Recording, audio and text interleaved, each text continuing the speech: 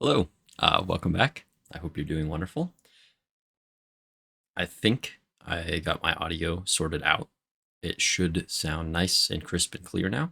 Fingers crossed. I did like 17 tests just a minute ago.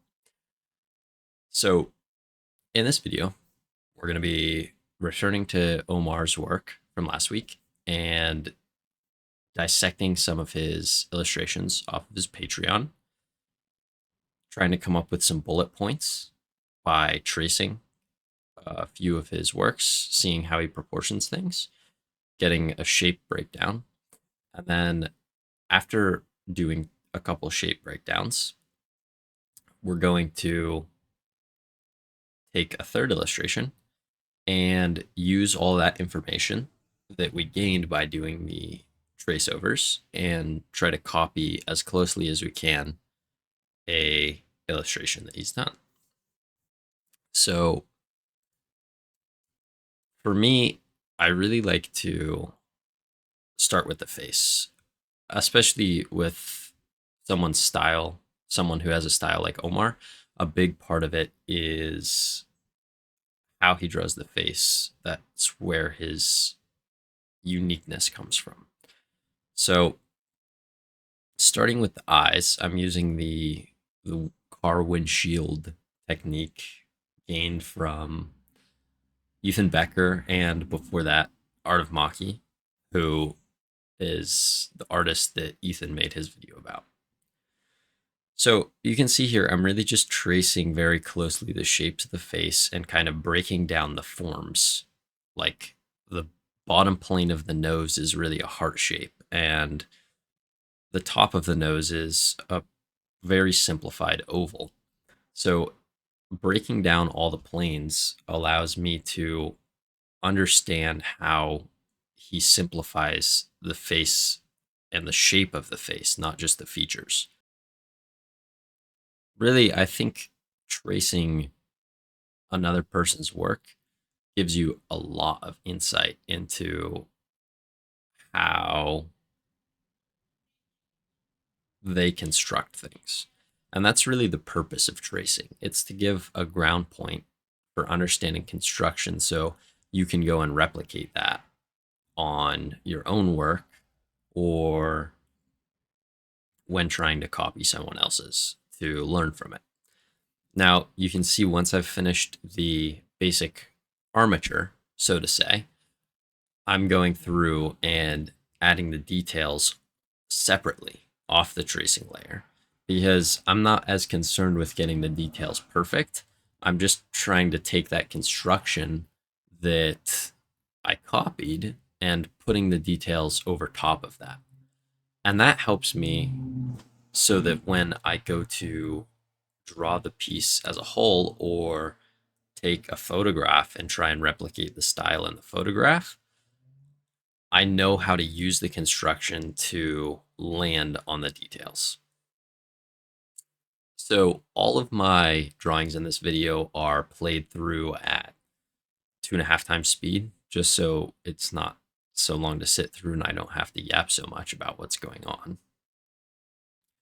But now you can see here, something I like to do is take the drawing and overlay it back over once I've taken the armature, done the details over top, then I'll lay it back over and see how closely everything lines up. And I think that's just another extra helpful tool when you're studying someone's work to see how close you ended up being by the end of it. Now, I picked this second piece because it gives a very different angle of the face. So we can kind of break it down to the same armature. And I think a fun part of studying and tracing people's work is you have to figure out what armature fits best on all their faces or all their proportions or all their figures. Since everybody's style's a little different and they draw everything a little different, you can't break it down to exactly the same shapes. There's going to be nuance through all of that for each different artist that you study from. And I think really a benefit of studying artists is this way, is you'll pick up kind of little tips and tricks by studying their work, by understanding their construction and how they do their details, so that you can have like a hint of their personality, their art in your own work. You can see in this second illustration here, I'm doing some sketchy lines over top of the armature and detail, and that shows the planes of the face. The angle of the lines are following the planes. This is a very useful studying technique for faces, especially ones in 3/4 angles, because it can help you understand where the lighting and shadows are going to fall based on the curves and angles of the face. So that's the two breakdowns, the two armatures and details finished. Now I'm taking the second trace over that we did, and I'm going to trace it again, just trying to concrete that face armature, the facial shapes, and then consolidate that into some bullet points.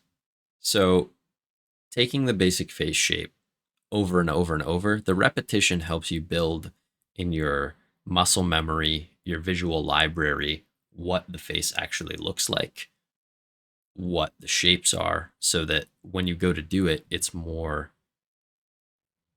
when you go to replicate it yourself, it comes out a lot easier. So you can see I've got the basic face shape here, and I'm just kind of blocking in the volume of the eyes and throwing a line across to show the eyelids versus the open eyes and how different that is in shape.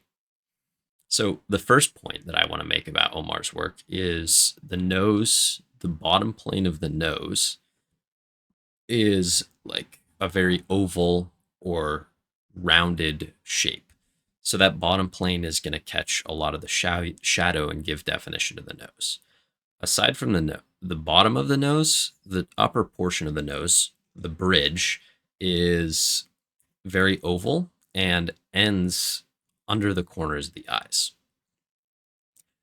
Another thing that I noticed is the heads are almost all perfect squares or cubes. If you draw a cube with perfectly equal sides around the head, it'll fit in there very seamlessly. And the edges of the face are often overly rounded and exaggerated curves. So I made point of that as well. The third point is how the eyelids are about the same size as the open eyes. And that, when I'm going to replicate his work, when I'm throwing in my eyelid lines, I'll know they're about half, right? I can divide the eye socket in half, and that'll give me a fairly accurate representation of how he does his eyes. Another thing I noticed is he uses the bottom of the lip to give definition to the expression. Especially in the first illustration we looked at, the only real lines defining the lip were the bottom of the bottom lip and the bottom line of the top lip. So that'll help when we're doing the sketch and eventually coloring it. We'll know how to simplify the line art, so when we go to paint it, there isn't rogue lines that are kind of cutting up the shapes. So starting with the painting, I like to do a rectangle similar in size to the picture frame of the photo I'm copying. It helps me get the proportions right. So I'm just doing a really rough sketch, and you can see I'm starting with a cube as the head shape, since I know that his heads are very symmetrically sized. And then I'm just blocking in the basic proportions of the body, which the focus here is really on the faces. His the way he stylizes bodies is not anything particularly unique. There's not, if I saw one of his figures, I wouldn't say, "Oh my gosh, that's Omar Dogan's work." It comes from his expressions and his faces. So you can see now I'm doing my armature that I got the hang of from tracing his work. And I'm throwing in my eye sockets and my oval for the bottom of the nose plane and just rough lines for the eyebrows. The mouth here, of course, each piece of an artist is going to be a little different. So when you're replicating one, every bullet point you make is not going to cover every single piece of work. It's just kind of things in general that are useful depending on circumstance. Like for this illustration that I'm copying here, the top lip is actually defined by the top line, since that's the furthest away, and in the angle that we're looking at the face, it makes the most sense to use that line as the defining line. So it's really paying close attention to details like that that will help you understand the style and be able to apply it to other art in the future.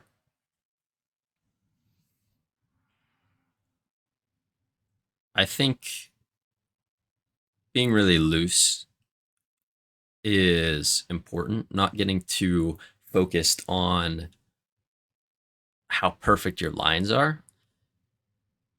Understanding what it is you're really studying and put most of your energy there. Like I said before, I'm not working on studying his figures, his bodies.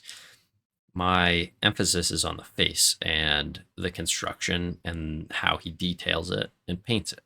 So I'm spending a lot more time there trying to get that as close as I can, as opposed to fiddling with the body.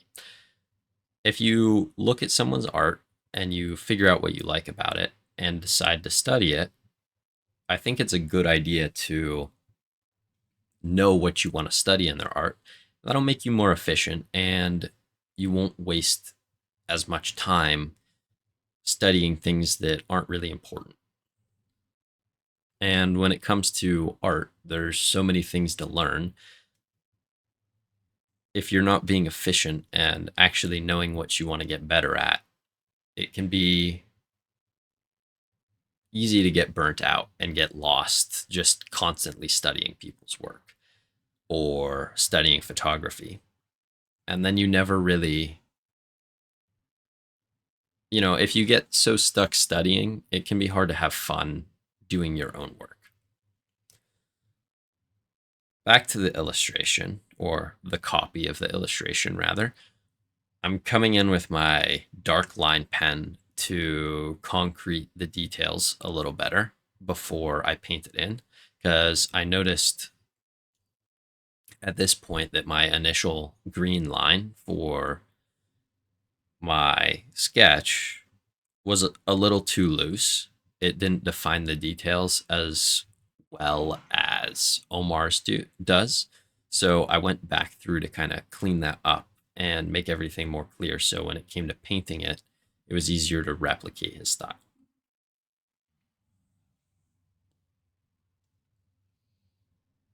And again, the focus on the face here, I'm not even going to do a line on the body or color it at all. Looking at how Omar paints his faces, you can see there's a very like pale, almost white skin tone as the base. So I'm going to start with that and kind of build my edge values around that center lightness. And it gives the face almost like a center glow, which I think is unique to his style. I don't see many people painting that way. I don't see many people painting faces in the same way. A lot of people who do kind of an anime style do flat color or cell shaded. His is much more of a gradient. And I think that's cool and helps make him unique because actually all of his work is traditional, done with Copic markers and colored pencils, which the cleanliness of his work, how tidy it is, considering that, is uh, incredible. Like, you could probably, to the untrained eye, a lot of his work could believably be digital work. I think something that makes his work stand out is when you look close, how the mediums that he uses, since it's traditional art, come through. You can see the colored pencil sketch lines, how his gradients aren't perfect and they aren't perfectly smooth. They have the paper texture showing through as the pigment from the colored pencils can't fill all the tiny grooves in the paper. Um, that's something about his style that you can't really replicate in a study, especially if you're doing the studying digitally, because you're not using the same medium. I mean, you could try and find a Procreate brush that's going to replicate that texture to the best of your ability, but those minuscule nuances are not the emphasis of studying someone's work. I think it's really the broader picture and understanding how you can use that broad picture to apply to your own work.